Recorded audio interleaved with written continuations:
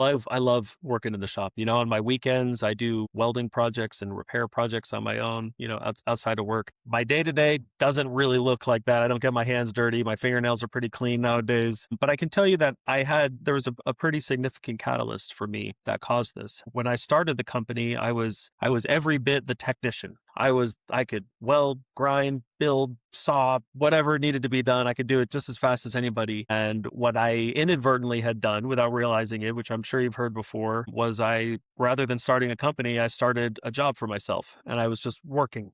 I was working a job with no boss. That went on for some time. Things were going well. We were making a good product, but it was 60-hour work weeks nonstop and it was just ruthless. I got in a motorcycle accident pretty bad. I was in the hospital for like 6 months. I didn't think I was going to be able to keep the company going. I thought I had to focus on my health and healing. And I was able to get out of the hospital for a little bit. I came to the shop in a wheelchair and I talked to my team and I told them, listen, guys, I don't think we can do this anymore. We gotta shut down Firefly. I'm sorry. And they came back and they said, boss, when things were tough for us, you loaned us money. You've been there for us. It's your turn to receive some help. Don't worry about the company. We're going to keep building these trucks. We know where you order stuff from. We know who you're paying. We know how to do it. You go and you focus on healing.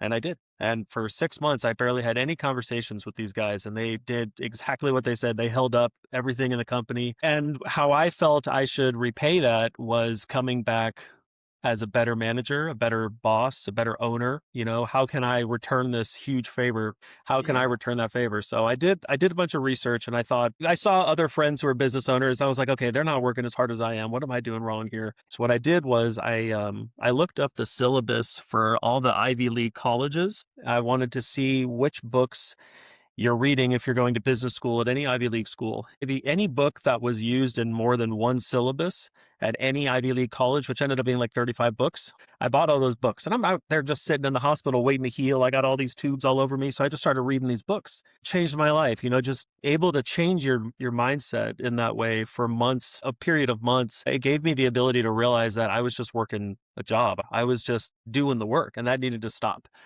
So that coupled with the fact that I physically couldn't work in the shop, but going through that experience forced me to transition from a tech into an owner. And ever since then, I haven't really looked back. That caused us exponential growth. I mean, just shifting that focus allowed me to free up my time to focus on how can we grow the company.